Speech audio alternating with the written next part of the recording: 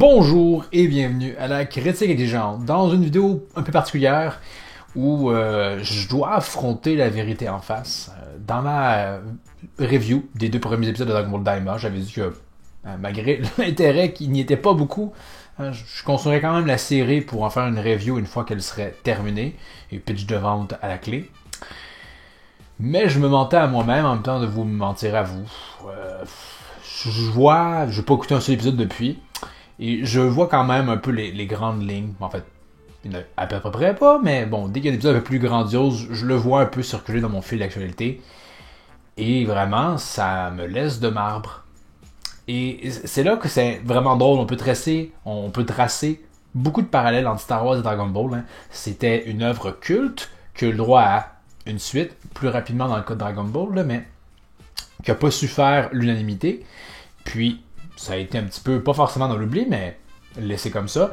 Et des années plus tard, presque en même temps, hein, ils ont le droit chacun à leurs œuvres qui, à mon avis, a presque éventuellement tué un petit peu l'intérêt d'une bonne partie des fans pour la franchise. Par contre, hein, on se tient pour dit, Dragon Ball Super, c'est quand même vachement mieux que Disney Star Wars. Mais ça demeure quand même très dispensable. Surtout le manga vers la fin, là, je trouve que ça a vraiment tout tué notre intérêt pour ça. Donc Dragon Ball Daima, je pense, sort un peu dans un intérêt pas énorme pour la fanbase. Et c'est pareil pour moi. Et un peu comme Star Wars où j'ai fait mon deuil, je me suis dit, bon, ben c'est plus pour moi. Je crois qu'on est rendu à ce stade-là pour Dragon Ball. Donc, ça me tente pas. Pourquoi je ferais ça? Je sais que je vais regarder ça et me faire chier. Me dire que, waouh, c'est mauvais, ils ont pas réfléchi, et voilà. Même dans les moments plus grandioses, hein, comme par exemple, je le sais, Vegeta débloque le Super Saiyan 3.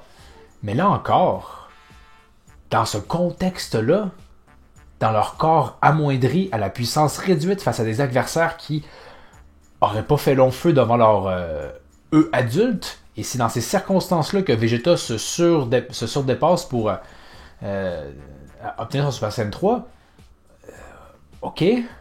En plus que bon, je pense qu'éventuellement il s'arrange quand même pour dire que c'est peut-être canon à Dragon Ball Super, mais Vegeta qui débloque le Super Saiyan 3, non, ça marche pas, hein, parce que clairement il ne l'a pas dans Dragon Ball Super.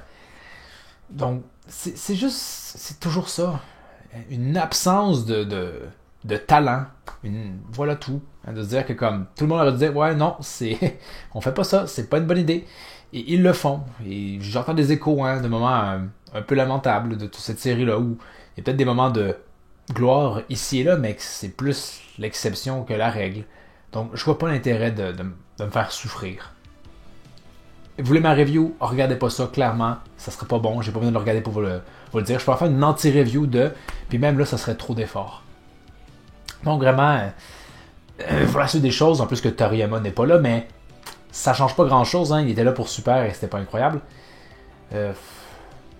C'est mort, ça me tente plus. Il y a Dragon Ball Multiverse que hein, je suis depuis longtemps et je vais continuer à regarder, mais toute autre chose, produite officiellement par la Toei, non.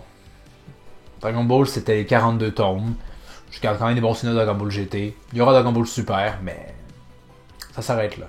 Vous savez, être fan, hein, quand on est fan, on veut tout savoir de l'univers pour 2 raisons qui peuvent être disjointes ou peut-être des fois présentes les 2 en même temps. On veut être fan parce qu'on aime l'univers, hein, on veut tout connaître, tout dévorer, ce qui est très sain. Mais à l'inverse, on peut vouloir tout connaître parce qu'on veut pas être largué. C'était un peu mon cas pour Dragon Ball Super. Dragon Ball, c'était mon petit bébé, et puis je voulais pas forcément être largué. Ça me dérange plus maintenant.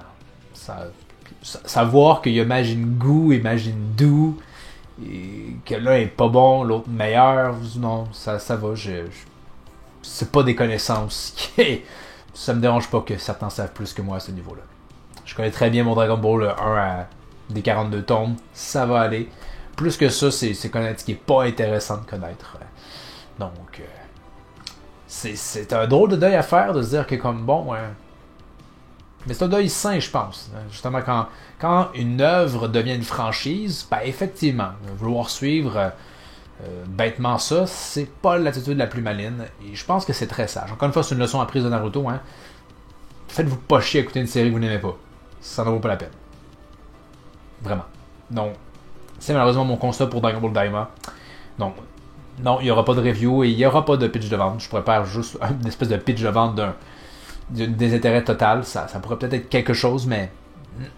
Donc, je parle encore de Dragon Ball sur la chaîne, peut-être plus par rapport à, justement, Dragon Ball d'origine. Pas tant des nouveautés. Même si Dragon Ball Super faisait un retour, peut-être que oui, mais je doute que ça arrive. Et ça serait encore une fois très drôle, hein, parce que Dragon Ball Kakume a mieux exploré le lore de Dragon Ball Super que Dragon Ball Super lui-même. Et c'est un fan de manga. Donc, il y a ça. Mais bref. Donc, vous avez la réponse quant à pourquoi il n'y aura pas de revue là-dessus. Donc, merci d'avoir été là. Donc, vous pouvez pas parler dans les commentaires. Est-ce que pour vous aussi, Dragon Ball, c'est mort un peu? Et que tout ce qui sortira à l'avenir, ben, l'intérêt n'est plus là. Parce qu'ils ont démontré qu'ils sont pas capables de livrer un produit de bonne qualité. Je sais pas si sont les bons scénaristes, mais ils sont pas proches d'eux. Hein? Donc, vous pouvez en faire part dans les commentaires. Pour la prochaine critique exigeante, j'hésitais, j'aimerais envie peut-être faire une vidéo sur Harry Potter. Hein, comme quoi, c'est une œuvre un peu surcotée. Rien de neuf, mais ça me tente. Et peut-être une vidéo sur Goku en tant que... Est-ce que Goku est hypocrite? Hein, on m'a laissé... émis des commentaires dans ma vidéo sur les tier lists des rivaux qui m'a alimenté cette réflexion-là. Donc, à voir ce qui aura lieu la semaine prochaine. Donc, merci d'avoir regardé et je vous dis à la prochaine. Critique exigeante. Dans cette séquence incroyable, Goku chute pendant 3 minutes et semble n'avoir descendu que 200 ou 300 mètres. Qu'est-ce qui se passe? À quoi ils ont pensé?